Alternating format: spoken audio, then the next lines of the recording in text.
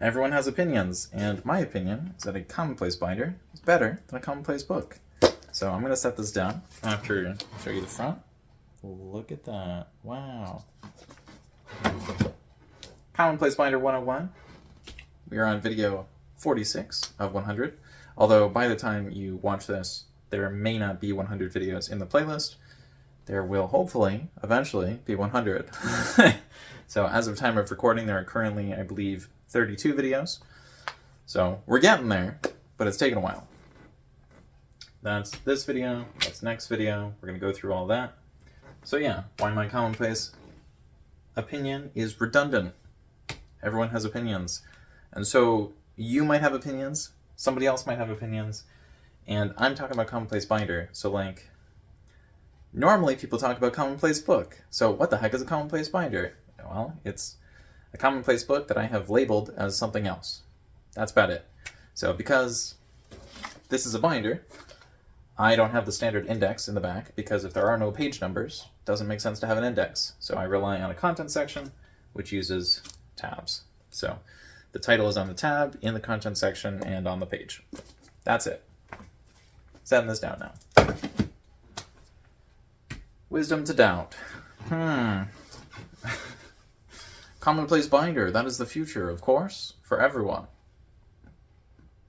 I don't know about that. You should probably doubt at least a little bit of what people are saying on the platform, just because some of it isn't going to line up properly. But also because why would any of us know all of this? So stop second guessing, just start now.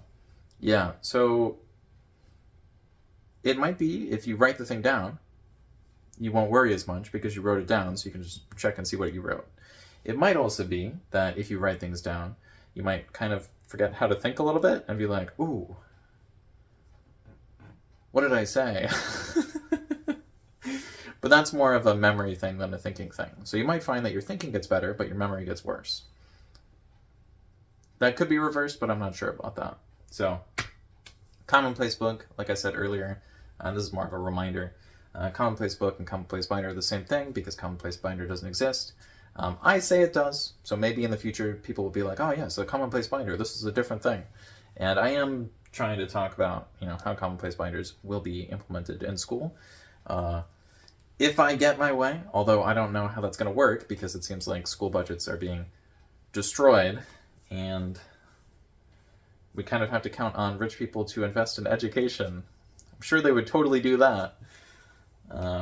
Maybe they would.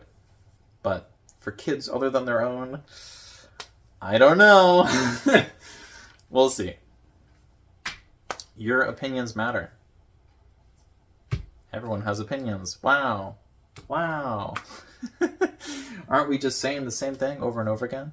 Well, yeah, kind of. So, you have opinions, I have opinions. Let's write them down and check them later and see what happens. So, if you have an opinion on anything I've said so far, please leave that in the comments.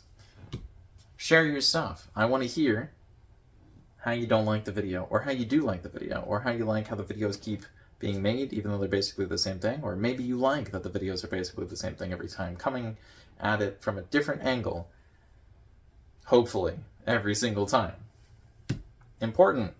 Is what I'm saying relevant or important? It doesn't say relevant, but I feel like part of the reason why it might be redundant is because I am saying the same thing every time, which is like, commonplace books have been around for a long time. This is a commonplace binder, which is basically the same. This is my cover. Inside there's paper.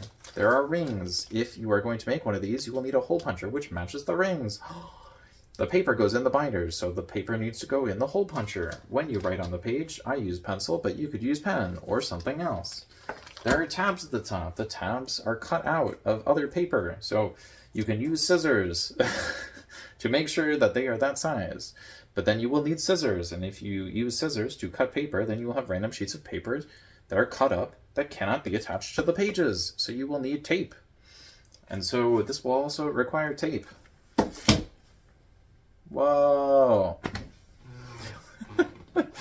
So, write stuff down, throw it on a page. Well, get a page, write stuff on the page, throw it in your binder. and fix it up over time. So eventually it may look like something good, but at the beginning it's probably just going to look like a bunch of random scribbles that you thought were super smart right before going to sleep, after waking up, or in the shower. So they're not necessarily going to be genius ideas on the first try, but they might get better. They will probably get better, because why would you not get better at a thing if you're doing it for years? And this is the sort of thing that gets done for years, if you're a professional. At least that's what it feels like. I don't know how someone could be a professional for this, because this is kind of like being a professional at maintaining your own understanding of a library or a very advanced journaling technique. So, like, I don't know how you're going to be a professional for that. Maybe I'm going to get paid through YouTube AdSense. That could be fun. But I don't expect that to happen before the end of 2025, and as this is about halfway through a 100 video playlist for 2025, I don't expect it to happen halfway through the year. If it does, that'd be cool. I don't think that's gonna happen though. Building towards something. I am building towards that though. At least I hope so. So we're gonna make videos. Hopefully people are gonna watch them. And yeah. No, but what am I building towards with this? Well, this specific binder is for making videos. So this helps me figure out what I'm supposed to make and when I'm supposed to make it. I mean, this is what I'm supposed to make. When I'm supposed to make it is whenever I can. And how I make it is really what's in here. But I'm going to set that down again, because it can get heavy holding something, regardless of how heavy or light it is, for an extended period of time. Go big and stay home.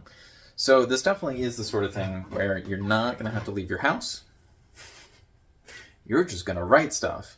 So you could be in your house, you could be elsewhere. Obviously, if you're in a place that's very windy, this might be kind of difficult, just because, you know, pages move all over the place. This could be you in front of the camera. Wow.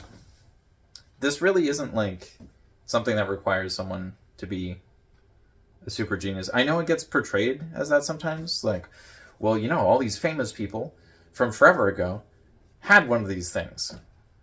Okay, but did they have it because they were a super genius, or did they have it because it's a note-taking method, and it was the standard note-taking method, and their work was preserved?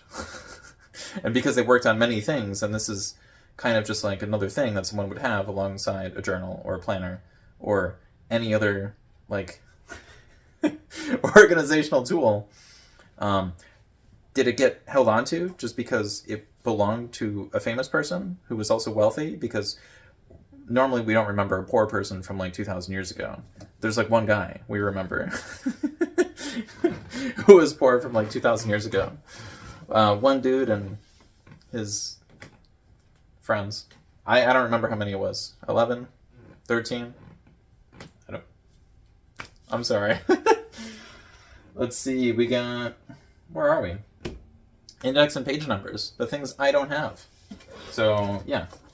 In a normal Commonplace book, the index goes in the back, and then you can write down...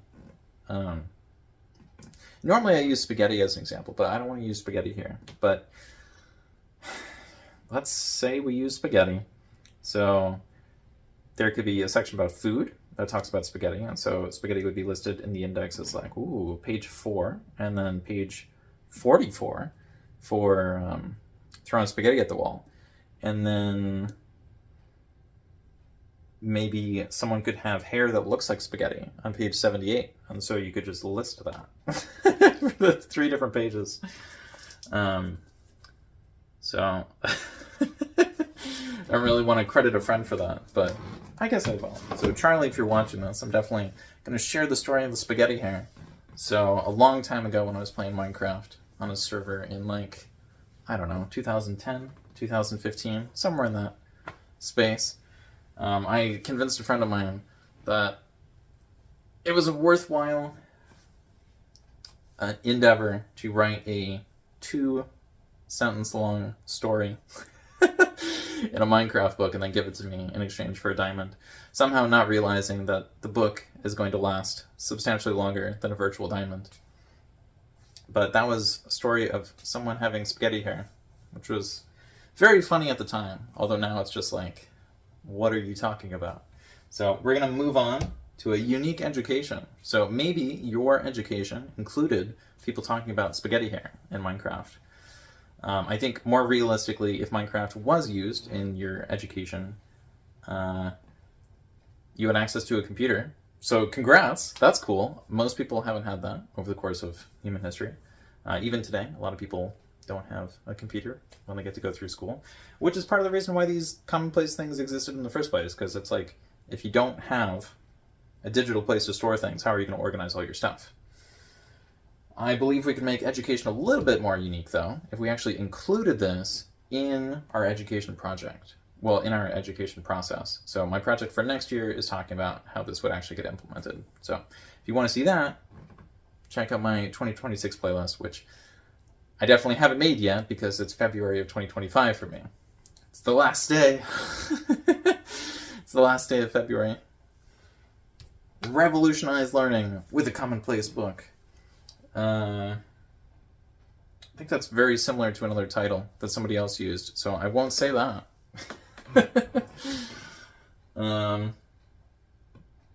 Yeah, so how would we revolutionize learning with a Commonplace Book?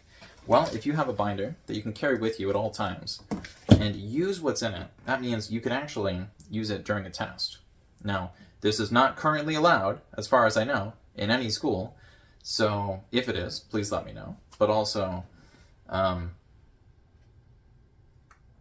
leave your thoughts in the comments about how interesting that would be.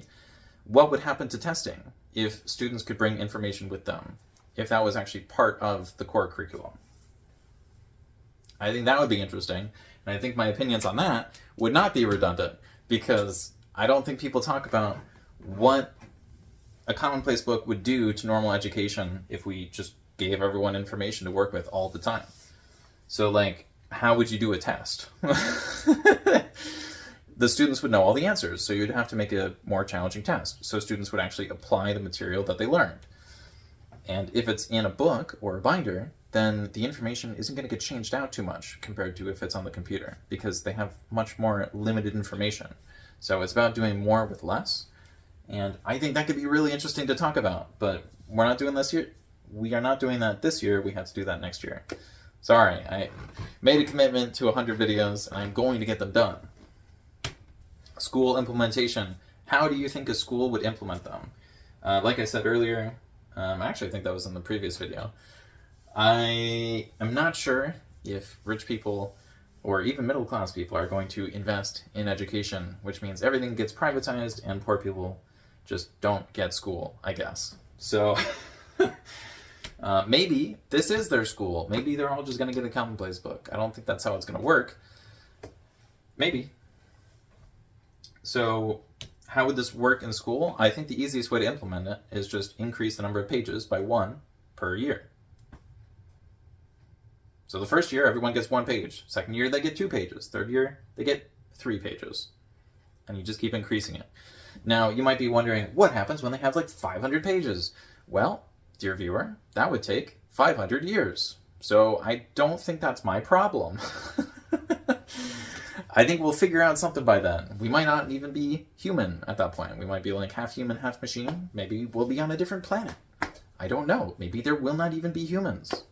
It's very difficult to figure out what's going to happen 500 years from now when we're in the middle of, constant technological breakthroughs and a lot of things declining right now. Like where I live, I don't hear the insects anymore, which kind of freaks me out. Because as a kid, I heard lots of insects. And then in middle school, the insects sounded different and they weren't as loud. And now I just don't hear bugs anymore. So either my hearing's gotten terrible, which is possible, or the bugs are gone. Both of those are not great for me. But one is a little bit more worse for general society. So clutter and information. Is this video too cluttered? Do I have many points here? Or do I have too many points here to the point where none of this actually makes sense? I hope I'm able to link these together. Actually, I'm going to try something. So my computer monitor just turned off. I believe I can turn on my headset, turn up the volume, turn the volume down, turn off my headset, and it will, yes, there we go. I have figured out how to turn the computer screens back on without actually having to walk away. Halfway mine.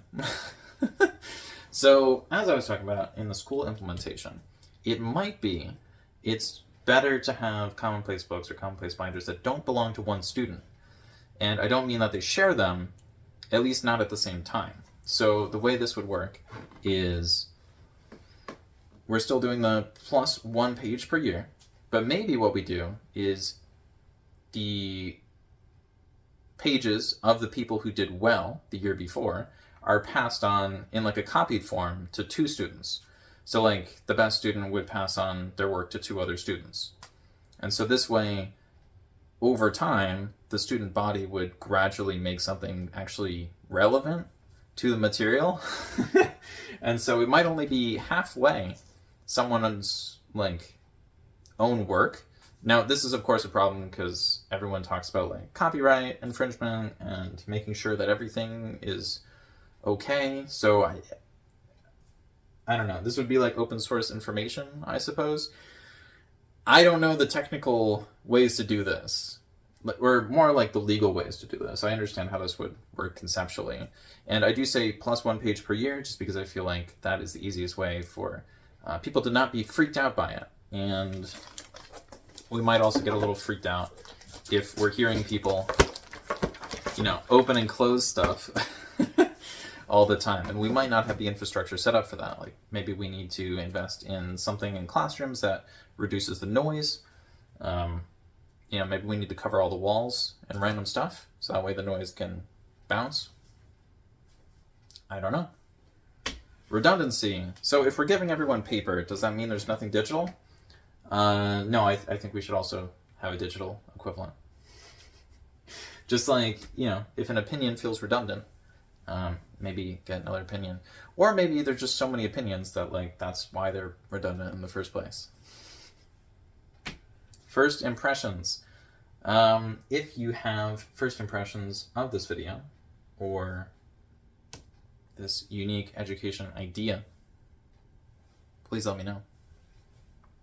But yeah, if you have made a commonplace book or a binder or whatever else, what did you think of it as like a thing at first? Also,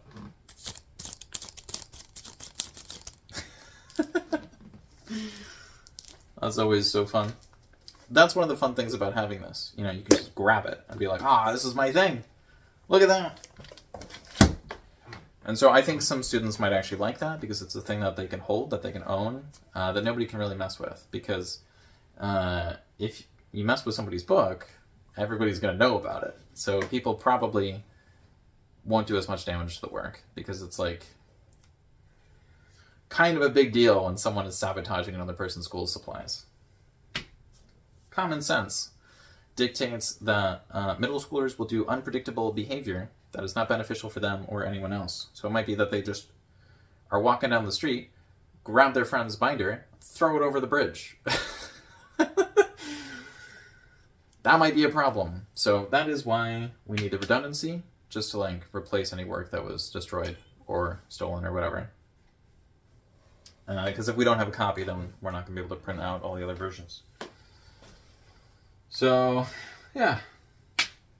Don't miss out on the next video, I guess. I'm not really sure why I would say don't miss out. Let's see. It's 46, 47. Oh, well, 47 says don't.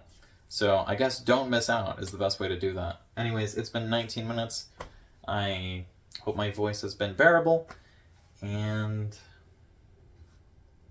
that's it for right now. Bye.